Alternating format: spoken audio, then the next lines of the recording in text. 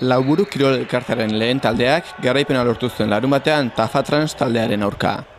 Bigarren B mailako bigarren jardunaldiko partidua jokatu zen Belabietan. Eta lehen jardunaldiko porrotaren ondoren, Pinsenkeren aurka galdu egin zuen garaipen gozaz kantxeratu ziren jokalariak. Partiduaren lehen zatian kosta egin zitzaion etxeko taldeari jokaldiak egitea. Galtzen hasi zen partidua. Bigarren zatian ordea, beste aurpegi bat erakutsi zuen Lauburuk, eta 3 puntuak Belabietan geratu ziren.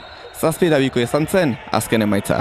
Genekin partidu zaila izango zala ez, eta kanpoko partiduan galdu osten, etxean jokatzek, presio pixkat ematen zigun 3 puntu gatea beritzatek. Eta nik uste ekipoak baita hasieran hori antzeman zula. Hasi ginen gure jokoain nahien, pare bat aukera aukien ditun, ez genuen asmatu, beraiek etorri zian lehenengoa, asmatu zuten eta 0-1 atzetik nagarri ginen.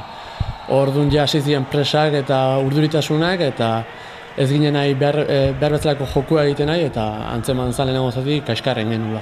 Entrenatzaileak Alfredok ongi omentzizkigun argibideak deskansun, esan zigun ze joku mote inber genuen buruakin pentsatzeko, behin jarrita bigarren zatin asmatu ingenuen baita, behar esan dakoa ingenuen eta horren antzeman zan ez. Lehenengo 2 jaurtiketetan 2 gol sartu genitun eta nik uste baita ekipa asko lasaitu zela horrekin. Hasiera gogorra daukeu kalendario aldetikan, lehengo astean Pinseke kontra jolastu genuen, bagenekin zaila izango zala, eta datorren astean Zierbenan kontra goaz, badakigu kantxa zaila diela horiek, orduan ikuste genuen beharra de baita irabazteko bai ekipoa oso atzen ez geratzeko ja hasierako jardunaldietatikan, eta esate genuen, hau batein barra dau edo bestela jatzen gatzega, eta hala izan zen. Garaipena lortzeko taldeko gazteek egin zuten ekarpena ezinbestekoa izan zen. 7 goletatik 4, 19 urte 7 jokalariek sartu zituzten. Taldeak aldaketa handiak izan ditu denboraldi aurre honetan.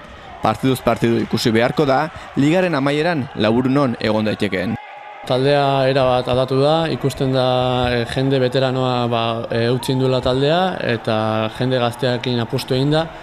Ikusi besteik ez dago partidua, talde oso gaztea, dena berriak, jendea baita kategoria honetan ibili gabea behin ere, baina taldea oso gogotsu dago, lan egiteko gogoz, eta ikusten da bere maila emanezkero gerra emateko gai garela. Nik uste dut aurrena lehenbailen taldea egokitzea, jende askontzako kategoria berria dalako, eta behin egokituta alik eta gorana begiratzea.